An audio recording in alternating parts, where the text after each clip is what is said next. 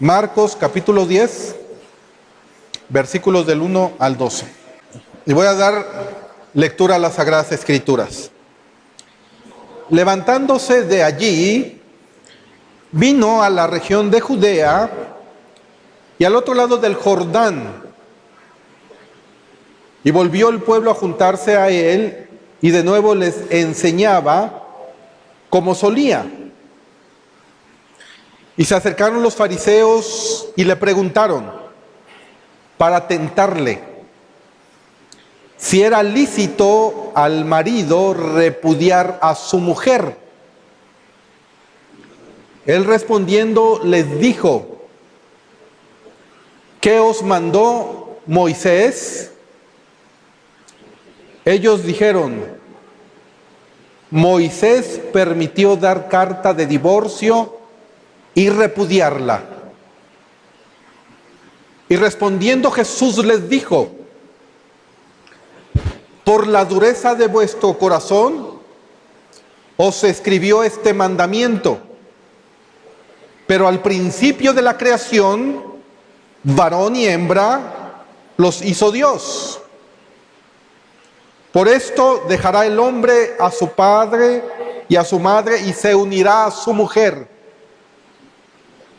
y los dos serán una sola carne. Así que no son ya más dos, sino uno. Por tanto, lo que Dios juntó, no lo separe el hombre. En casa volvieron los discípulos a preguntarle de lo mismo, y les dijo: cualquiera que repudie a su mujer y se casa con otra, comete adulterio con ella. Y si la mujer repudia a su marido y se casa con otro, comete adulterio. Pueden sentarse. Bueno, nos encontramos con un texto muy interesante en el capítulo 10 de Marcos. Ahora, en el contexto general, vemos que Jesús se encuentra en una región que se llama Judea. Y vienen a él un grupo de judíos llamados fariseos, y dice el texto que vinieron a tentarle. Y en este contexto, la pregunta que les hacen estos fariseos a Jesús tiene que ver con el divorcio. Es una pregunta que le lanzan a Jesús, y dice el texto, para tentarle respecto al divorcio. Jesús, en lugar de contestarles acerca del divorcio, les responde acerca de los fundamentos del matrimonio. Y vemos claramente que Jesús muestra principios importantes acerca del matrimonio. Los fariseos llegan y preguntan sobre el divorcio, y ahorita vamos a ver por qué. Y sin embargo, Jesús responde y los lleva a los fundamentos iniciales de la institución más sagrada, que es el matrimonio. Y es mi oración el día de hoy que ustedes puedan entender desde la perspectiva de Dios acerca de la importancia que las Sagradas Escrituras establecen acerca del matrimonio, y que el mismo Señor Jesús los pone sobre la mesa. Aquí no es el apóstol Pablo, que veremos que también él habla en la primera carta a los Corintios acerca del matrimonio. No es el apóstol Pedro, que también él da referencias al matrimonio. No es ningún apóstol. Es el mismo Hijo de Dios hablando sobre un tema fundamental que todo hijo de Dios debe de conocer. un tema de mucha trascendencia. Y el tema que vamos entonces a compartir hoy es matrimonio y divorcio. Es el tema que nos tocó hoy. Terminamos el capítulo 9 de Marcos y hoy el Señor nos quiere hablar acerca de, si tú tenías duda de lo que significa el matrimonio en la vida cristiana, hoy Dios quiere de alguna manera que tú te salgas de este lugar con un entendimiento claro de lo que para el Señor es el matrimonio. Matrimonio y divorcio es el tema que vamos a desarrollar. Leamos los dos primeros versículos de Marcos 10 del 1 al 2. Levantándose de allí, vino a la región de Judea y al otro lado del Jordán, y volvió el pueblo a juntarse a él, y de nuevo les enseñaba como solía. Vemos el escenario aquí en este primer versículo, en donde Jesús va a una región, la región conocida como Judea, que también es la región conocida como Perea. Judea o Perea es la misma región. Jesús ministró allí por un periodo corto de tiempo antes de ir a Jerusalén para ir a dar la vida por todos nosotros, lo que se conoce como la Semana de la Pasión. Entonces Jesús vemos que se encuentra en Judea, al otro lado del Jordán, o lo que se conoce como Perea. Y dice el texto que volvieron a juntarse al lado de él, y de nuevo él enseñaba como solía. Es decir, había un grupo de personas que alrededor de él, ahí en Perea o en Judea, estaban escuchando porque Jesús estaba enseñando como venía haciéndolo. Estaba enseñando a las multitudes. De repente, él dando una enseñanza bíblica, dando una enseñanza acerca del reino de Dios, se acerca un grupo de judíos llamados los fariseos. Y el versículo 2 dice: y se acercaron los fariseos y le preguntaron para tentarle si era lícito al marido repudiar a su mujer. Vemos que el texto dice que vinieron los fariseos para tentarle. ¿Cuál era el propósito de la pregunta que estaban haciendo estos fariseos a Jesús? Ellos querían o esperaban desacreditar públicamente el ministerio de Jesús.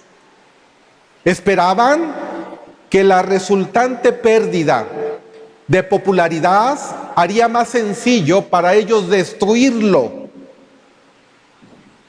Para este momento, Perea, en el momento en que se encontraba Jesús, ahí en Perea o en Judea, del otro lado del Jordán, históricamente estaba regida, en el contexto histórico, estaba regida por Herodes Antipas.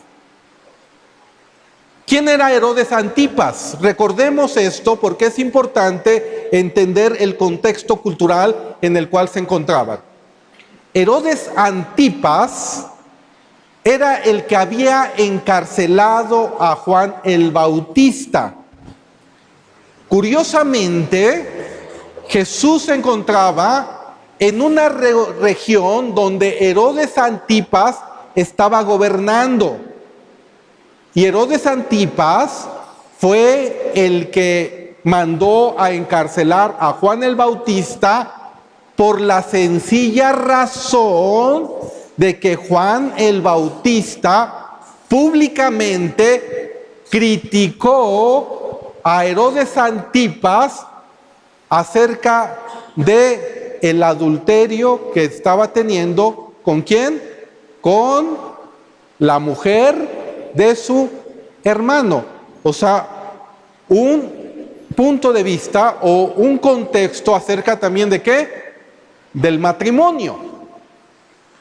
Recordemos este punto y vayamos a Marcos capítulo 6, versículos del 17 al 18. Veamos lo que dice.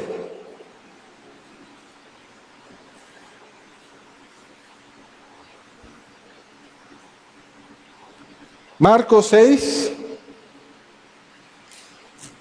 versículos del 17 al 18.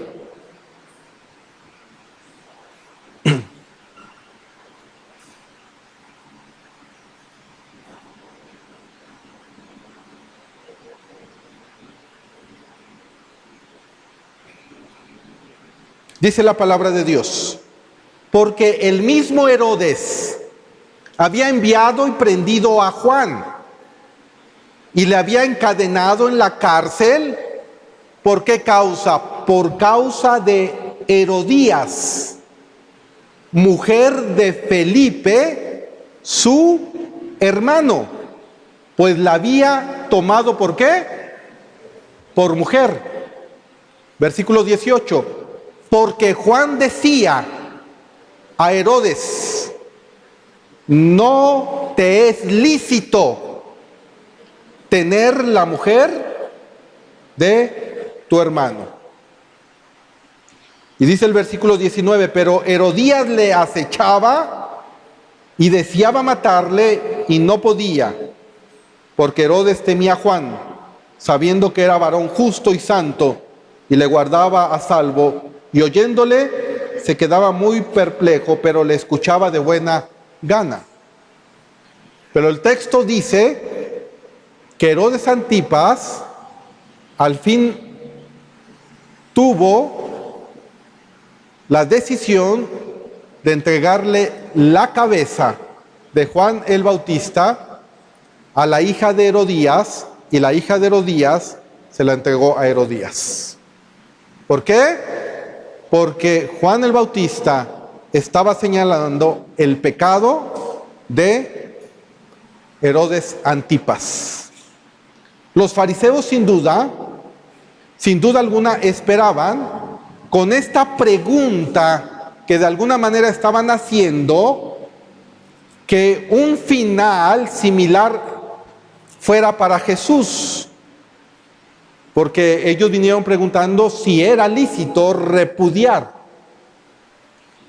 Los fariseos intentaban tender una trampa a Jesús con un tema conflictivo para el judaísmo del primer siglo, el del divorcio. Aquí vemos dos contextos.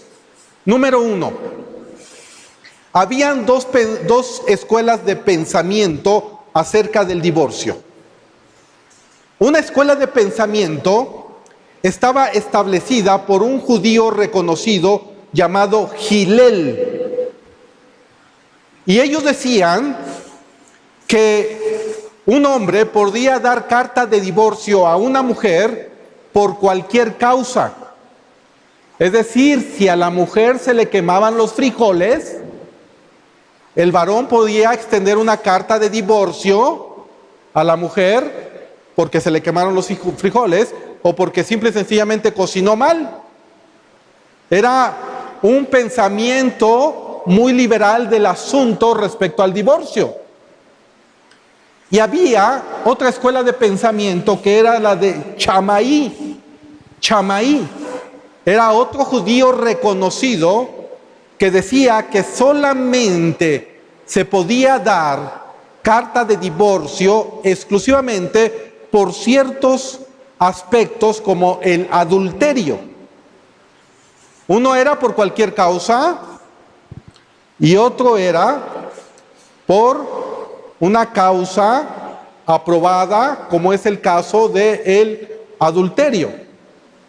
En Mateo capítulo 19, versículo 3, el evangelista Mateo nos revela más este contexto. Nos dice en Mateo 19, 3: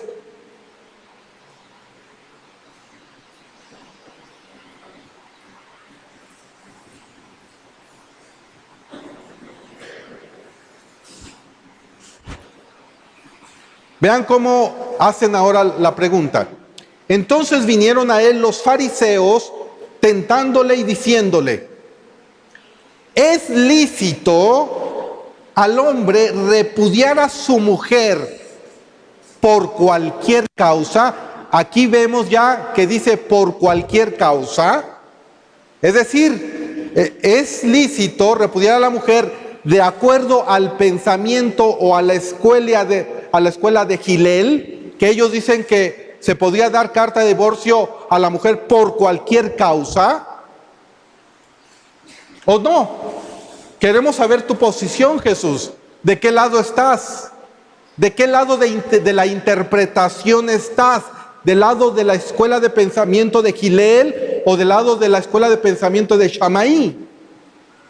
¿Tú aceptas esta posición o cuál es la posición que tú aceptas?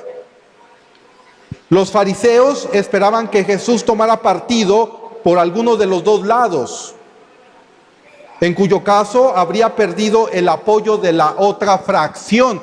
¿Por qué? Porque estaban divididos. ¿Qué querían hacer los fariseos con esta pregunta? Es que Jesús estableciera una posición de acuerdo al divorcio, ya sea por un grupo de fariseos, de judíos, que estuvieran de acuerdo en que la carta de divorcio se daría por cualquier causa o solamente por la causa del adulterio. Si eso él hacía, por eso dice que vinieron a tentarle, entonces posiblemente una fracción de los que estaban ahí se iban ¿a qué? A retirar. Querían que la audiencia estuviera dividida. Querían dividir. Y de esa manera lo que estaban haciendo es que Jesús tuviera menos popularidad de lo que tuvieran. Muy astutos los fariseos. Además que estaba tomando un asunto importante por el contexto de Herodes Antipas, en donde Antipas tenía un problema con su matrimonio. De tal forma que si Jesús fuera muy estricto en su posición, entonces ellos esperaban que de la misma manera que Herodes Antipas le quitó la cabeza a Juan el Bautista, ellos pudieran hacer que Jesús tuviera el mismo fin que Juan el Bautista. Pero ¿cuál fue la posición de Jesús? Leamos Marcos 10, versículo 3.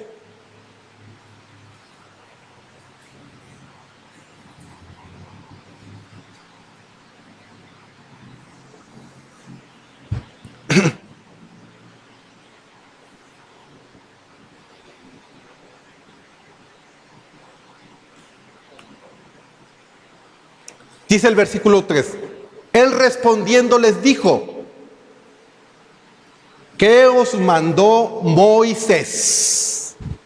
Qué interesante es Jesús. Con esta palabra, con esta pregunta, lo que Jesús estaba haciendo era que estaba fijando las reglas bajo las cuales se regiría la discusión. Hábilmente Jesús no se refiere a Gilel, no se refiere a Shammai. No dice cuál fue la interpretación de Gilel, cuál fue la interpretación de Shammai. Lo que Jesús hace de una manera certera es que los lleva a la enseñanza de las Escrituras, y no el tema estaría centrado en la interpretación rabínica. ¿Sí lo ven? Es decir, normalmente las discusiones que tenían acerca del tema era, bueno, ¿qué dice Gilel y qué dice Shammai? Esa era la discusión que tenían los judíos. Pero Jesús no hace esto. Jesús inmediatamente establece las reglas de la discusión diciendo: no me voy a ir a la interpretación de Gilel, no me voy a ir a la interpretación de Shammai. Veamos qué dicen las Escrituras, qué escribió Moisés. Y entonces los fariseos responden en el versículo 4. Ellos dijeron: Moisés permitió dar carta de divorcio y repudiarla. En ninguna parte de la ley mosaica, como los fariseos estaban obligados a aceptar, se alentaba el divorcio. El pasaje en cuestión era Deuteronomio 24, versículos del 1 al 4, donde se reconocía la realidad del divorcio, pero con el propósito de buscar proteger los derechos y la reputación de la esposa y también regular las segundas nupcias, la carta de divorcio. En este documento, el esposo debía especificar la razón del divorcio, protegiendo así la reputación de la esposa, que en realidad era inocente de su supuesto mal proceder. Leamos Deuteronomio 24 del 1 al 4.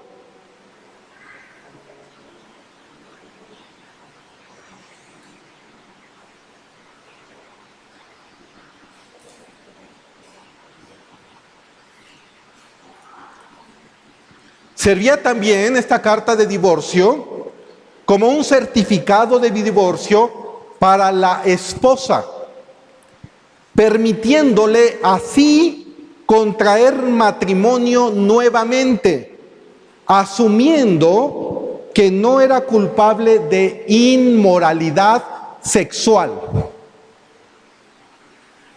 Porque la inmoralidad sexual, el adulterio, como lo vamos a ver, era la única causante de divorcio. No hay otra.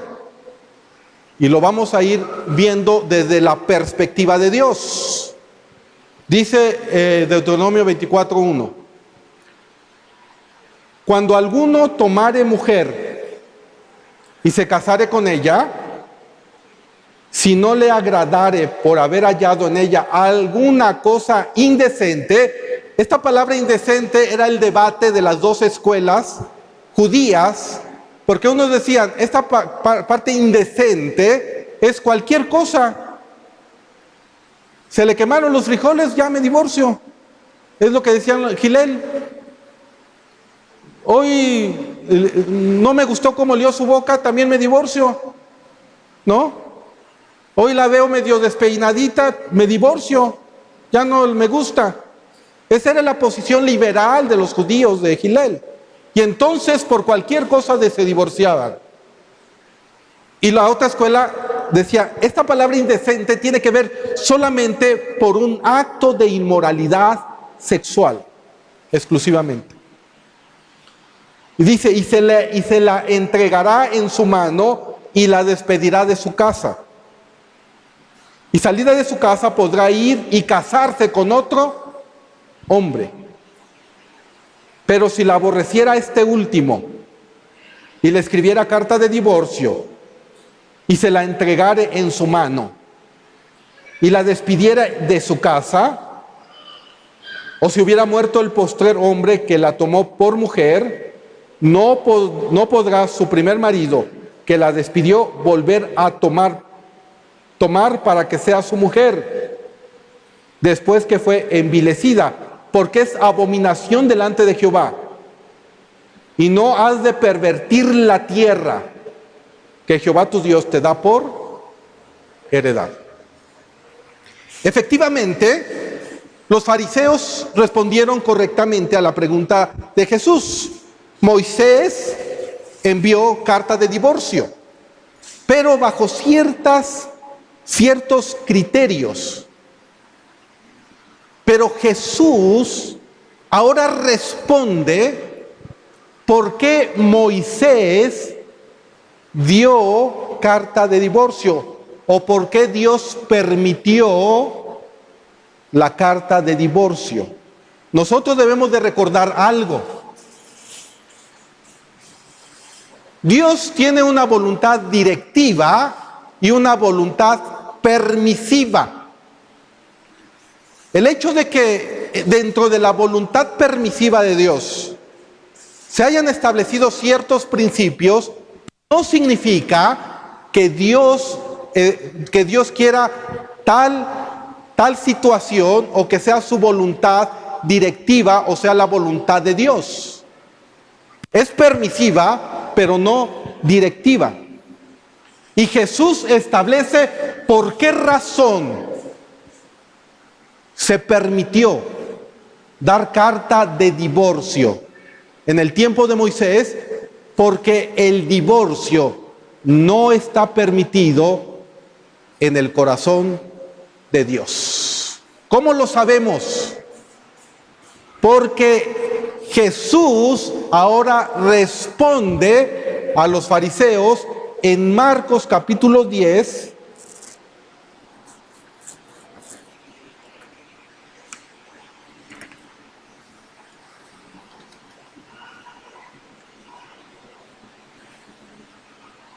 Marcos capítulo 10,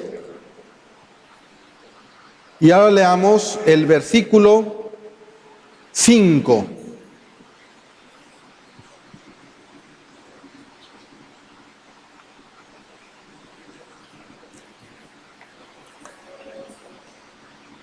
Dice la palabra de Dios: y respondiendo Jesús les dijo: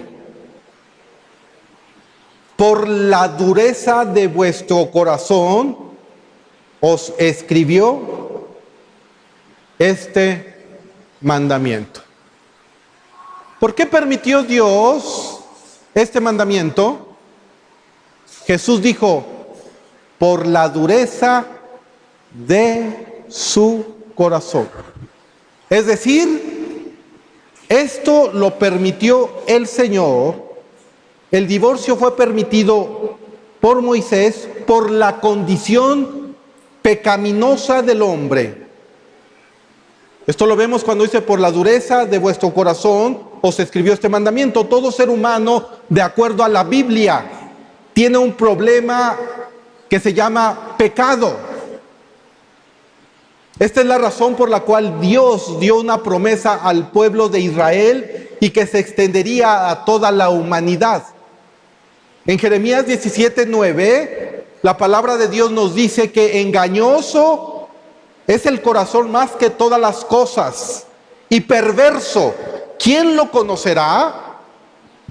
Yo, Jehová, que escudriño la mente, que pruebo el corazón para dar a cada uno según su camino, según el fruto de sus obras. Y en estas dos escuelas vemos que el corazón aún estaba más endurecido del lado de la escuela de pensamiento Gileel. ¿Por qué? Porque ellos daban carta de divorcio por cualquier motivo.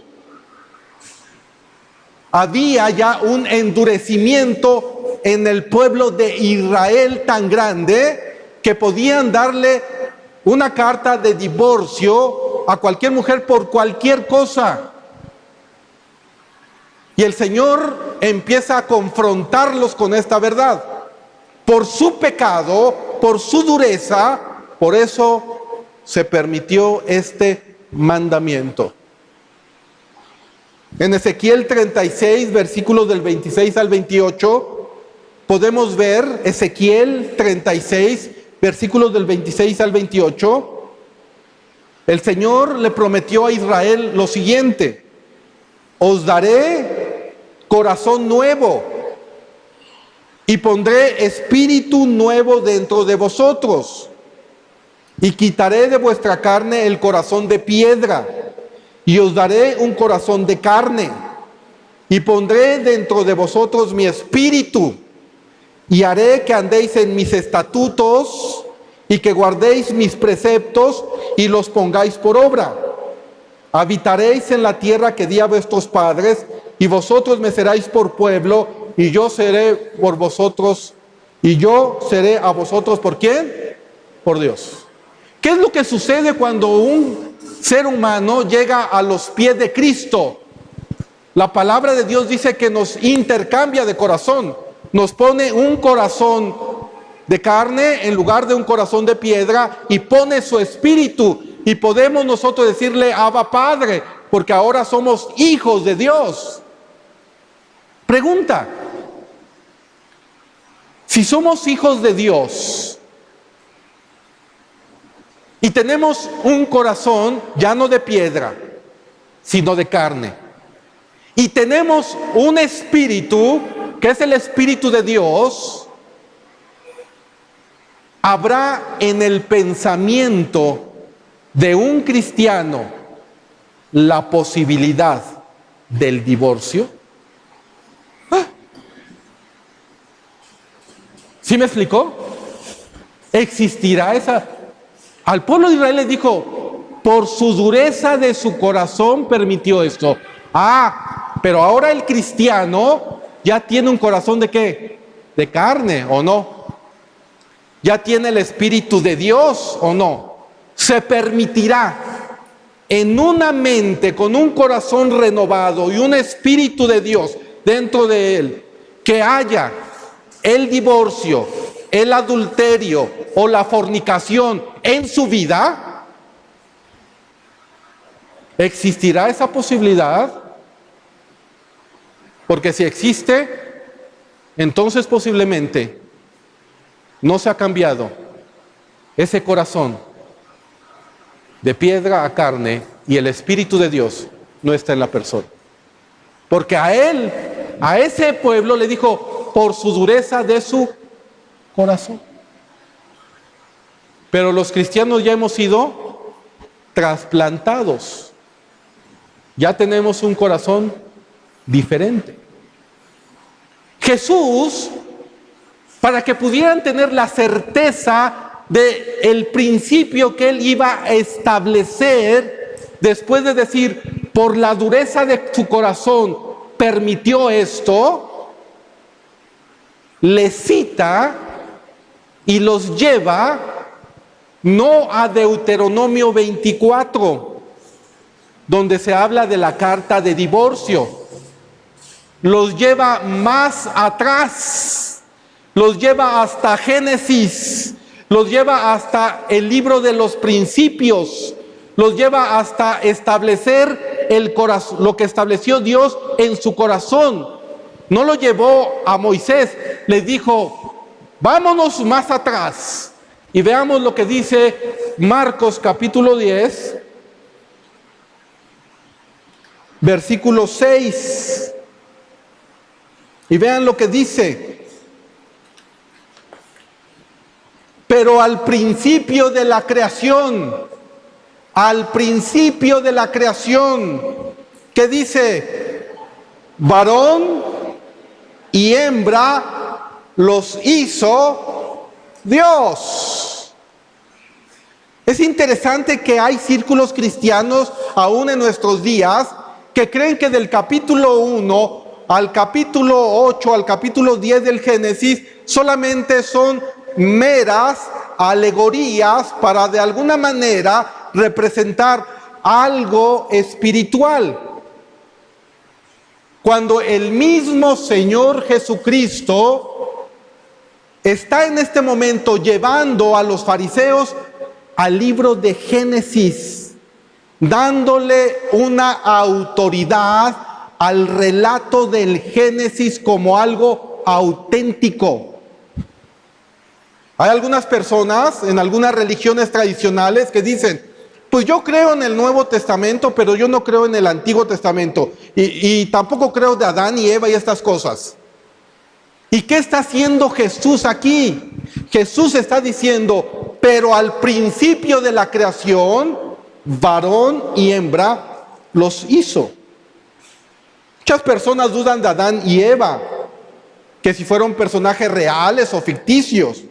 Y claramente Jesús está refiriendo a ellos en esta frase. Y nos está llevando a Génesis capítulo 2, versículos del 24 al 25, porque el versículo 7 dice, por esto dejará el hombre a su padre y a su madre, ¿y qué cosa?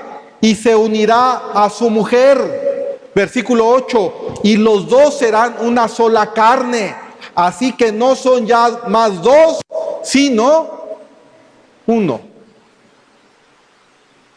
¿Qué está citando Jesús? El libro de Génesis. ¿Qué está diciendo? En el principio no fue así. En la voluntad directiva de Dios no estaba el divorcio.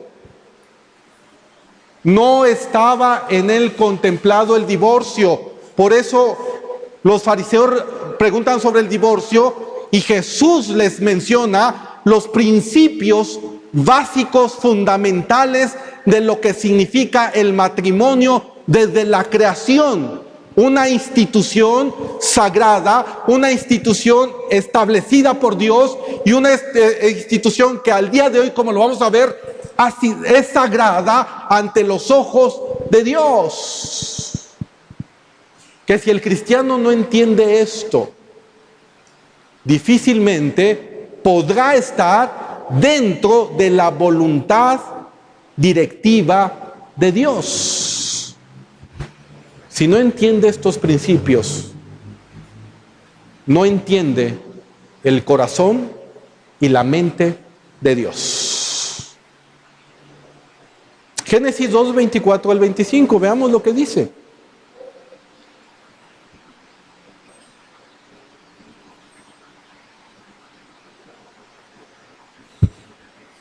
Dice la palabra de Dios: por tanto,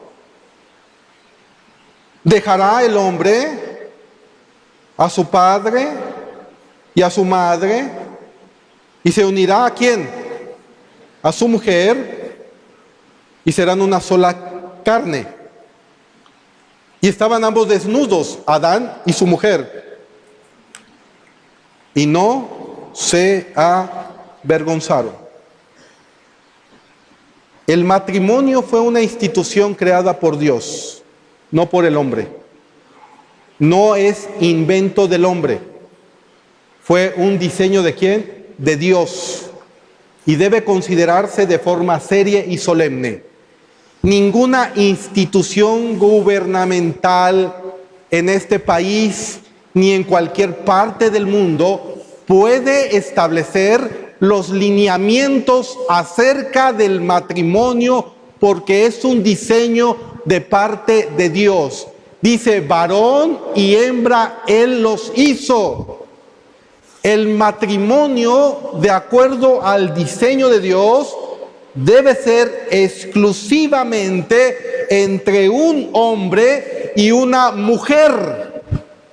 No entre un hombre y un hombre, entre una mujer y una mujer. No ha sido establecido así el matrimonio.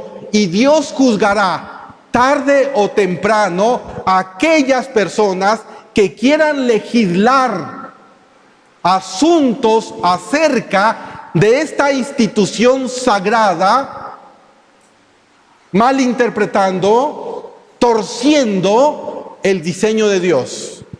Tarde o temprano, aquellos legisladores que están estableciendo, permitiendo el matrimonio entre dos hombres o dos mujeres, tendrán que presentarse ante el juicio del gran trono blanco. Y serán juzgados por Dios, tarde o temprano. El texto es claro, entre un hombre y una mujer. Es tan importante ver esto que para Dios el matrimonio es un pacto de compañerismo. Es un pacto, no es cualquier cosa. Cuando dos personas van delante de Dios, cuando dos personas firman un contrato de matrimonio, es un pacto delante del Dios vivo y verdadero. Proverbios capítulo 2, versículos del 16 al 17.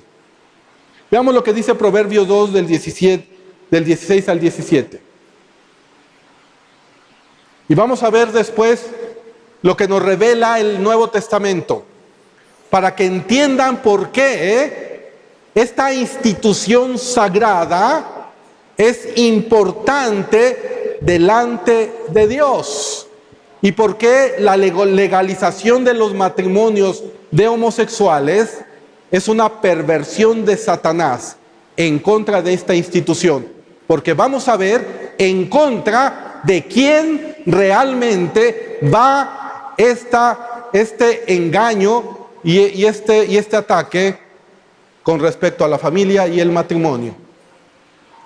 Proverbios 2, del 16 al 17.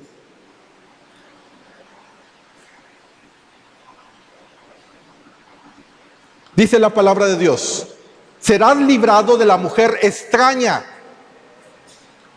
de la ajena que halaga con sus palabras, la cual abandona al compañero de su juventud y se olvida del pacto de ¿quién? De su Dios. El matrimonio es un pacto que se establece delante de ¿quién? De Dios. Dice Malaquías, capítulo 2, versículo 14.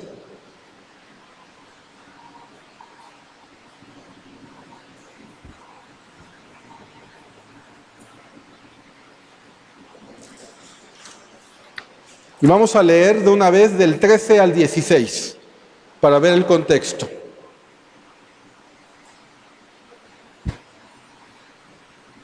Dice la palabra de Dios: y esta otra vez haréis cubrir el altar de Jehová de lágrimas, de llanto y de clamor. Así que no miraré más a la ofrenda para aceptarla con gusto de vuestra mano. Versículo 14. Mas diréis, ¿por qué? Porque Jehová ha atestiguado entre ti y la mujer de tu juventud, contra la cual has sido, ¿qué dice? Desleal, siendo ella tu compañera. ¿Y qué dice? ¿Y la mujer de qué? De tu pacto. Versículo 15.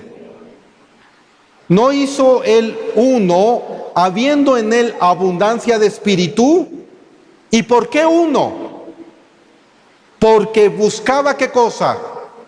Una descendencia para Dios. Guardaos pues en vuestro espíritu y no seáis ¿qué cosa? Desleales. ¿A poco dice para con el hombre de tu pacto, al varón le dice esto? No, para con la mujer de vuestra juventud. Porque Jehová Dios de Israel ha dicho que él ¿qué cosa? Aborrece el repudio y al que cubre de iniquidad su vestido. Dijo Jehová de los ejércitos: guardaos pues en vuestro espíritu y no seáis desleales. Dios aborrece el divorcio, hermanos, en Jesucristo. Dios aborrece el adulterio, hermanos, en Jesucristo. Dios aborrece la fornicación, hermanos, en Jesucristo. Dios lo aborrece. Esta es la razón por la cual este pacto de compañerismo, este pacto está implicado en el séptimo mandamiento.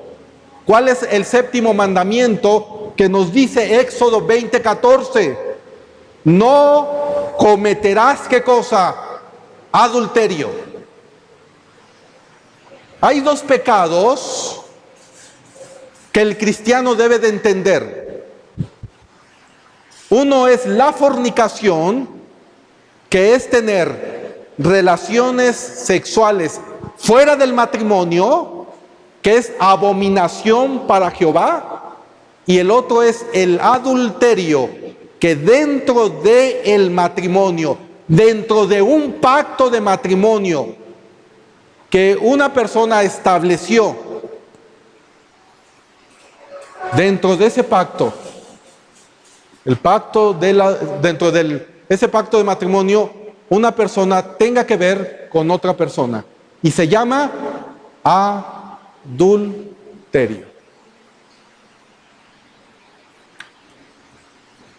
Es importante que la razón por la cual Dios les advirtió a los principales líderes de Israel bajo el antiguo pacto que se lamentarían gravemente y perderían su ministerio sería por causa de haber abandonado a sus esposas para ir con otras mujeres, cometiendo ¿qué? Adulterio. Y nosotros debemos de entender algo.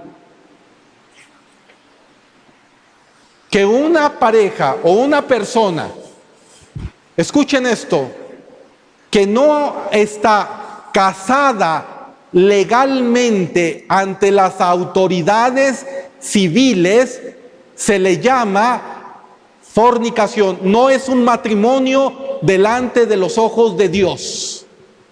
Una persona que no ha ido ante las autoridades civiles y firmado un acta de matrimonio, esa persona no es un matrimonio.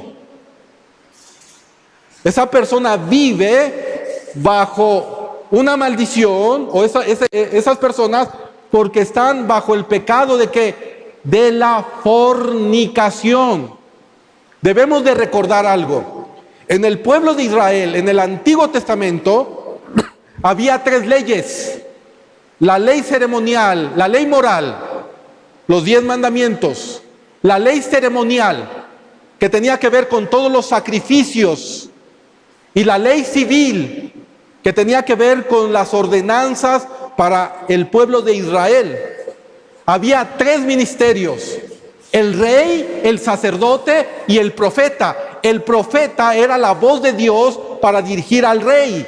El sacerdote era el que tenía que conocer todas estas leyes ceremoniales para cubrir los pecados del pueblo de Israel. Y había un sacerdote y había un sumo sacerdote. Cuando Cristo viene a esta tierra, dice la palabra que Él es el sacrificio y Él es el sumo sacerdote. La ley ceremonial fue abolida en la cruz del Calvario, porque Él cumplió el sacrificio y Él ascendió al tercer cielo y está sentado a la diestra del Padre, intercediendo por nosotros como sumo sacerdote. La ley moral sigue vigente, los 10 mandamientos, porque además tenemos el Espíritu de Dios que nos permite ahora cumplir los 10 mandamientos. Y la ley civil, de acuerdo a Romanos capítulo 13, versículos del 1 al 2, se lo delegó a los gobiernos. A los gobiernos. Y esta es la razón por la cual en Romanos 13, del 1 al 2 dice: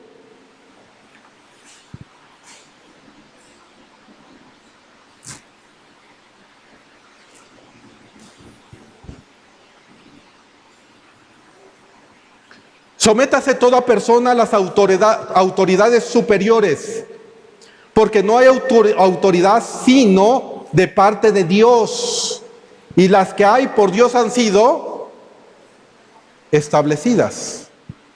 De modo que quien se opone a la autoridad, a lo establecido por Dios resiste, y los que resisten, ¿qué dice?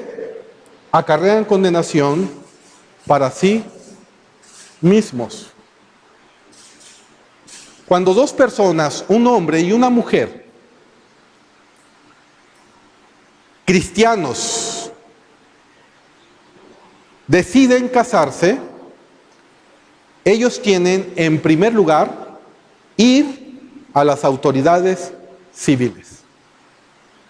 Cuando me piden a mí que los case, yo les digo: es que yo no los caso, Yo simple y sencillamente doy una bendición pastoral al matrimonio delante de una serie de testigos que es la iglesia para establecer principios espirituales.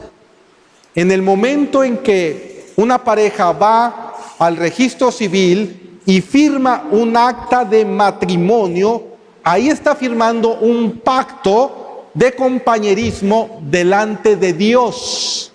Y ahí Dios los está uniendo, los está amalgamando, los está de alguna manera formando. Una persona que no tiene un acta de matrimonio en registro civil, para Dios no es un matrimonio. No lo es, no están casados. Y esas personas están ¿en qué? En fornicación. Se llama el pecado fornicación. Esta es la razón por la cual en Marcos, regresemos a Marcos,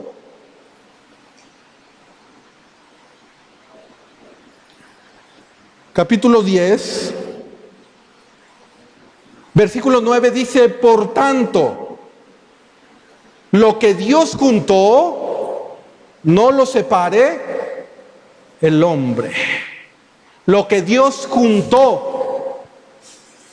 Dice, dejará el hombre a su padre y a su madre y se unirá a su mujer y serán una sola carne. El divorcio, ¿qué haría? Tratar de quitar ese amalgamamiento que hay. Nosotros pusimos estas placas grises y las cambiamos de nuevo por estas rositas. Y cuando las quitamos, se despegó el yeso. Se despegó el yeso. ¿Te imaginas qué es el divorcio? Si Dios unió y están amalgamados, tú te vas a llevar una parte de esa persona. Ella se va a llevar una parte de él y él se va a llevar una parte. A fuerza. Es como romper algo que Dios unió. Dice, lo que Dios unió, que no lo separe el hombre. Y nosotros debemos de entender este principio.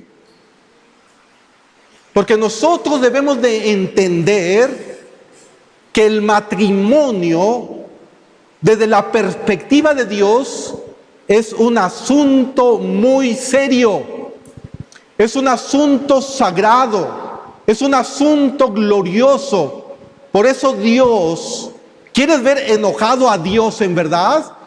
Las naciones que han sido enjuiciadas por Dios han sido precisamente porque esa nación ha caído en la inmoralidad sexual. La fornicación y el adulterio son los dos pecados que a Dios le irritan de una manera profunda. ¿Por qué? ¿Por qué es tan sagrado el matrimonio? ¿Por qué es tan importante esta institución creada por Dios? Esto nos lo revela el apóstol Pablo. Nos dice por qué es importante el matrimonio en el corazón de Dios. Veamos Efesios capítulo 5, versículos del 29 al 33. Dice la palabra de Dios. Efesios capítulo 5, versículos del 29 al 33. Vean por qué es importante. Dice la palabra de Dios: porque nadie aborreció jamás a su propia carne, sino que la sustenta y la cuida, como también Cristo a la iglesia, porque somos miembros de su cuerpo, de su carne y de sus huesos. Y vean lo que dice el versículo 31. Y ahora es el apóstol Pablo el que nos dirige hasta Génesis de nuevo. Hasta Génesis capítulo 2. Y nos dice: Por esto, las mismas palabras del Señor Jesucristo, por esto dejará el hombre a su padre y a su madre, y se unirá ¿quién? A su mujer, y los dos serán una sola carne. Y aquí viene la revelación del apóstol Pablo. Grande es este misterio, mas yo digo esto, lo que se escribió en Génesis capítulo 2, lo que el Señor Jesucristo llamó santo, porque yo digo esto respecto de Cristo y de la iglesia. La Biblia dice que todo lo que se escribió en el Antiguo Testamento eran sombras de lo que había de venir. Dentro de la teología bíblica existe lo que se llama la tipología. El matrimonio es una tipología. El matrimonio apunta a la unión de Cristo y la iglesia.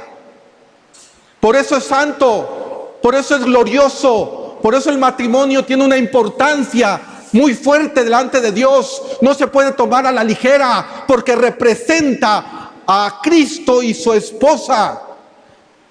Es una profecía y es una tipología. Tiene muchos asuntos importantes el matrimonio. Un matrimonio cristiano representa a Cristo y su iglesia. Por eso es santo el matrimonio. Honroso es el matrimonio sin mancilla. Pero a los fornicarios, a los adúlteros, a ellos juzgará Dios. Dios mismo los juzgará. ¿Por qué? Porque están manchando esta idea, esta figura, esta representación de Cristo. ¿Y quién? Y la iglesia.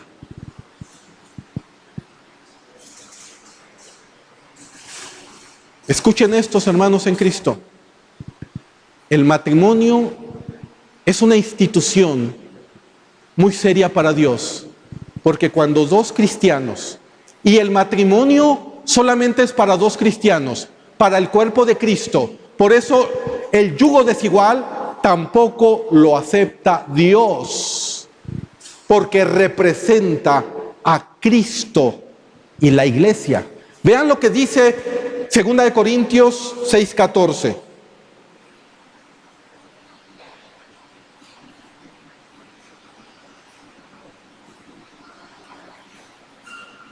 No os unáis en yugo desigual con ¿con quiénes? No os unáis en yugo desigual con los incrédulos. Porque qué compañerismo tiene la justicia con la injusticia, y qué comunión la luz con las tinieblas, y qué concordia Cristo con Belial, o qué parte el creyente con el incrédulo. ¿Y qué acuerdo hay entre el templo de Dios y los ídolos? Porque vosotros sois el templo del Dios viviente. Como Dios dijo, habitaré y andaré entre ellos, y seré su Dios, y ellos serán mi pueblo. Por lo cual, salid de en medio de ellos y apartaos, dice el Señor, y no toquéis lo inmundo, y yo os recibiré, y seré por vosotros padre, y vosotros me seréis hijos e hijas, dice el Señor Todopoderoso. Jovencitas, la decisión más grande que ustedes tienen que ver es con quién se van a casar. Y Dios no permite que andes con un incrédulo, porque estás tomando como suegro al Satanás, su padre. Eso es lo que dice la Biblia. Jesús le dijo a los fariseos, ustedes son hijos de su padre, el diablo. Y debemos de entender esto. El matrimonio es para discípulos, para aquellos discípulos maduros que pertenecen al cuerpo de Cristo y que se están discipulando. ¿Por qué? Porque representan a Cristo y la iglesia. Y cuando tú estás con una persona que no es hija de Dios o hijo de Dios, tú estás distorsionando la imagen del Señor Jesús con su iglesia. ¿Creen que a Dios no le dará coraje eso? ¿Creen que Dios está jugando? ¿Que de Dios se pueden burlar? No. Tarde o temprano, Él dice que Él mismo juzgará a los fornicarios y a los adúlteros. Aunque vengas a la iglesia y alabes aquí, aunque hagas circo, maroma y teatro, si tú no cumples y te vas a las Sagradas Escrituras y cumples estos principios, tú serás juzgado tarde o temprano por Dios.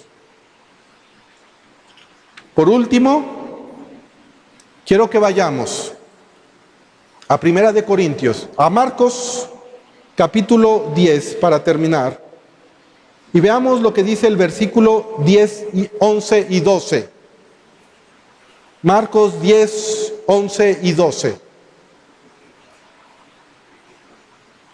En casa volvieron los discípulos a preguntarle de lo mismo y les dijo: cualquiera que repudie a su mujer, dice, cualquiera que repudie a su mujer y se casa con otra, ¿qué dice? Comete adulterio contra ella. Y si la mujer repudia a su marido y se casa con otro, ¿comete qué cosa? Adulterio. Hay una excepción, solo una excepción. Y eso nos lo muestra Mateo 19. Mateo 19.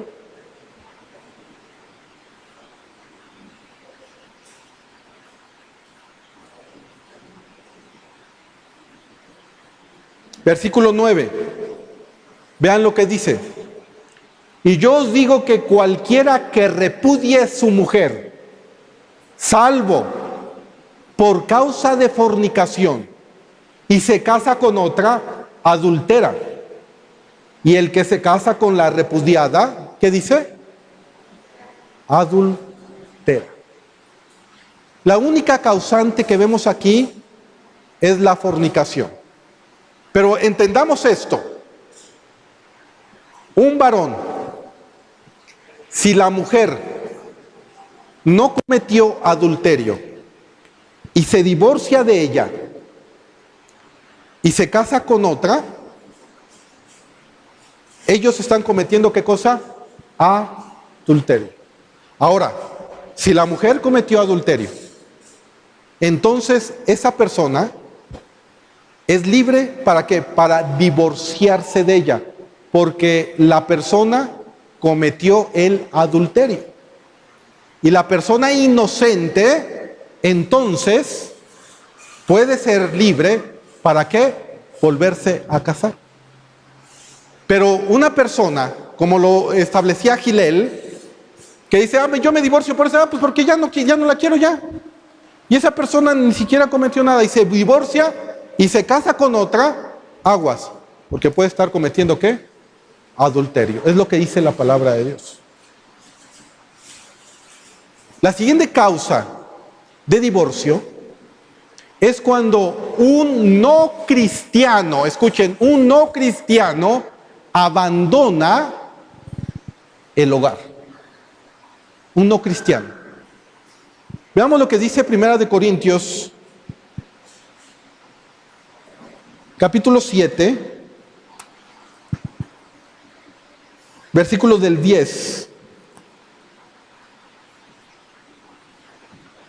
Me voy a tardar unos 5 minutos más, pero es importante este tema. Muy importante. Porque muchos cristianos hacen un chilaquil de la palabra de Dios y así viven sus vidas como chilaquil. Porque no entienden los principios bíblicos. Dice la palabra de Dios, pero a los que están unidos en matrimonio, mando no yo, sino el Señor, que la mujer no se separe del marido. Y si se separa, ¿qué dice? Quédese sin casar o reconcíliese con su marido. Y que el marido no abandone ¿a quién? A su mujer. Es decir, si un matrimonio es cristiano y deciden separarse, ninguno de los dos se puede volver a casar. Dice, quédense sí, casar. O regresa con tu marido. Si no, no te puedes casar. Por eso es tan importante el prematrimonial. Que analicen con quién se van a casar. Porque si son dos cristianos, se separan, ella se tiene que quedar sin casar y él se tiene que quedar sin casar. Si se casan, ¿cometen qué? Adulterio. Dice el versículo 12, y a los demás yo digo, no el Señor. No quiere decir que no tenga autoridad. Lo que está diciendo es que el principio que estableció en los versículos anteriores fueron establecidos por el Señor. Y estos han sido revelación divina y los está estableciendo Pablo. Dice, y a los demás yo digo, no el Señor. Si algún hermano tiene mujer que no sea creyente, y vea lo que dice, y ella consiente en vivir con él, ¿qué dice? No la abandone. Es decir, yo ya soy cristiano, mi mujer no es cristiana, y dice el Señor, ella consiste en vivir contigo, no la abandones, no la abandones. Ella quiere continuar contigo, no la abandones. ¿Por qué? Vean lo que dice. Y si una mujer tiene marido que no sea creyente, y él consiente en vivir con ella, no lo abandone. ¿Por qué causa se establece esto? Si hay hijos de por medio, dice el versículo 14, porque el marido incrédulo es santificado en la mujer, y la mujer incrédula en el marido, pues de otra manera vuestros hijos serían, ¿qué cosa?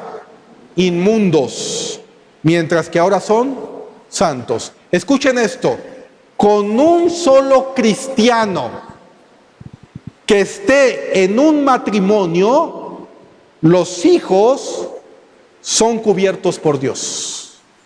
Con un solo cristiano. Pero cuando un cristiano o cuando una persona vive en adulterio o vive en fornicación, los hijos van a ser atacados ¿por quién? Por Satanás. Entonces los vuelven ¿qué? Inmundos. Es lo que dice el texto. Los vuelven inmundos a los hijos. Y esa es la razón por la cual muchos hijos también se apartan de los caminos de Dios. ¿Por qué? Porque no están siguiendo los principios bíblicos de la palabra de Dios.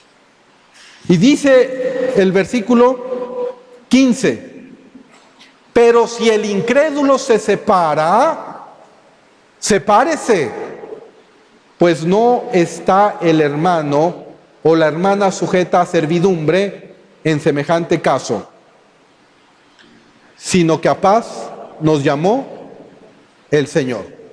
Versículo 16, porque ¿qué sabes tú, oh mujer, si quizá harás salvo a tu marido? ¿O qué sabes tú, oh marido, si quizá harás salvo a tu mujer? ¿Sí lo ven? Es decir, si un incrédulo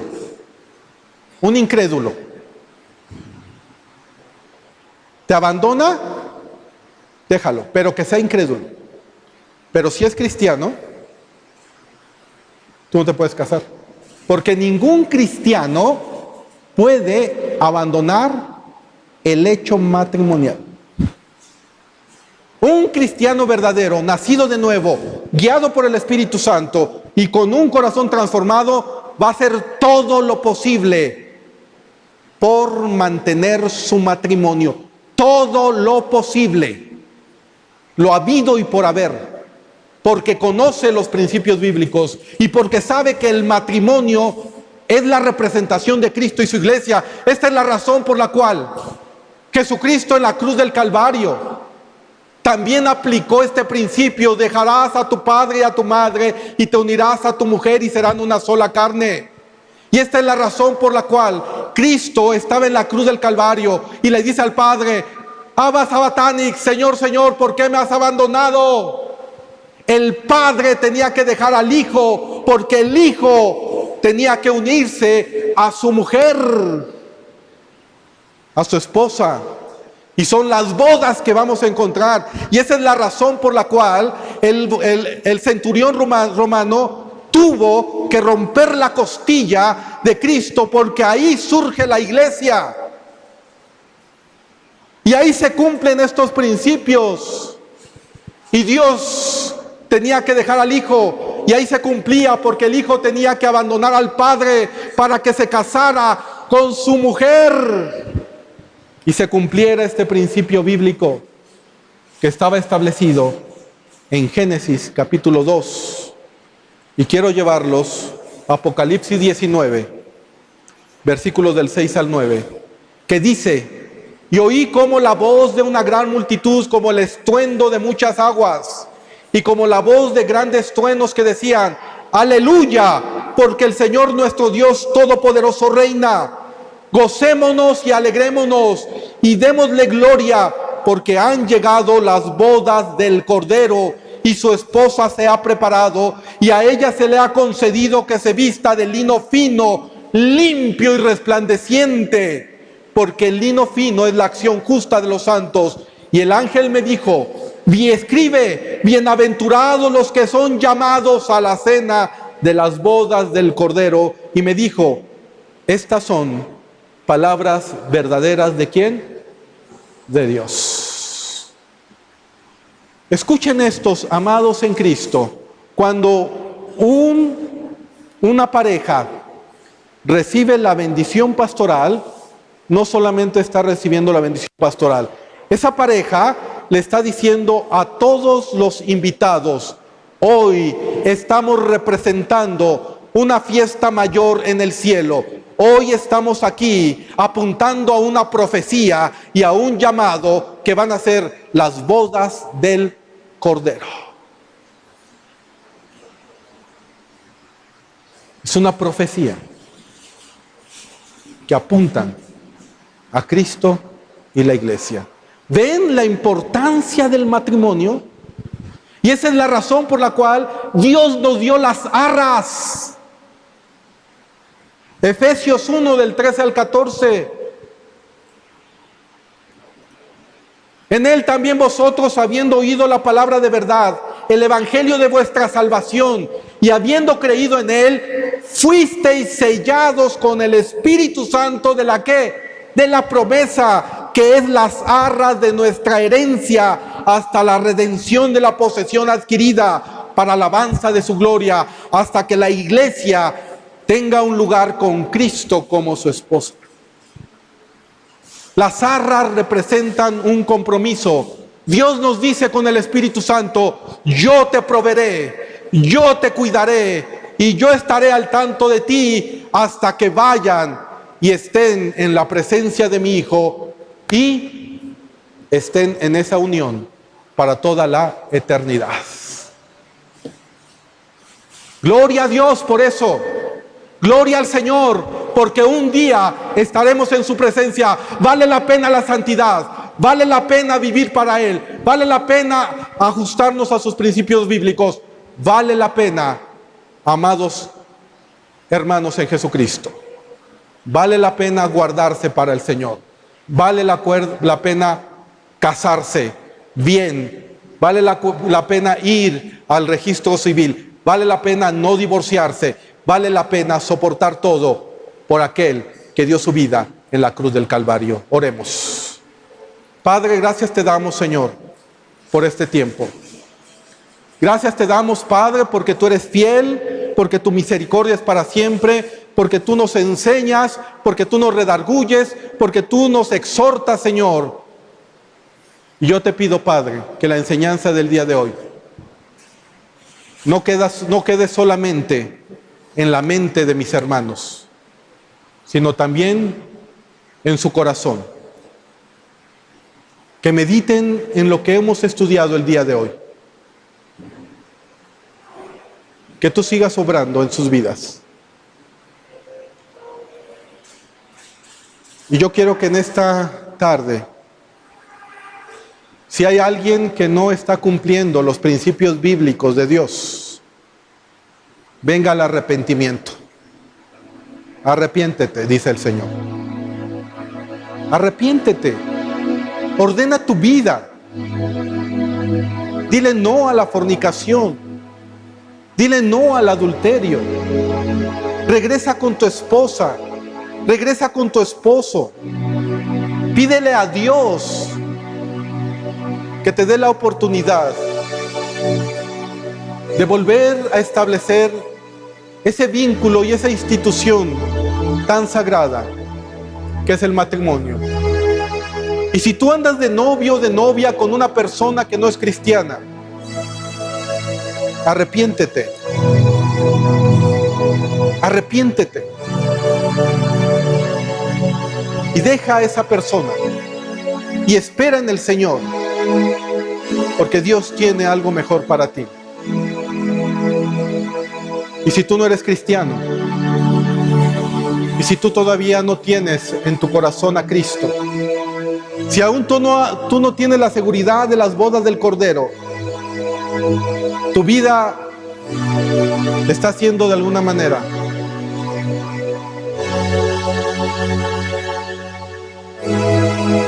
destinada a padecer ante el juicio del trono blanco. Hoy yo te digo, recibe a Cristo. Arrepiéntete de todo tu corazón. Y dile estas palabras: Señor, hoy reconozco que he pecado contra el cielo y contra ti. Te pido perdón. Te pido perdón, Señor. Perdóname. Lávame con la sangre preciosa de tu Hijo.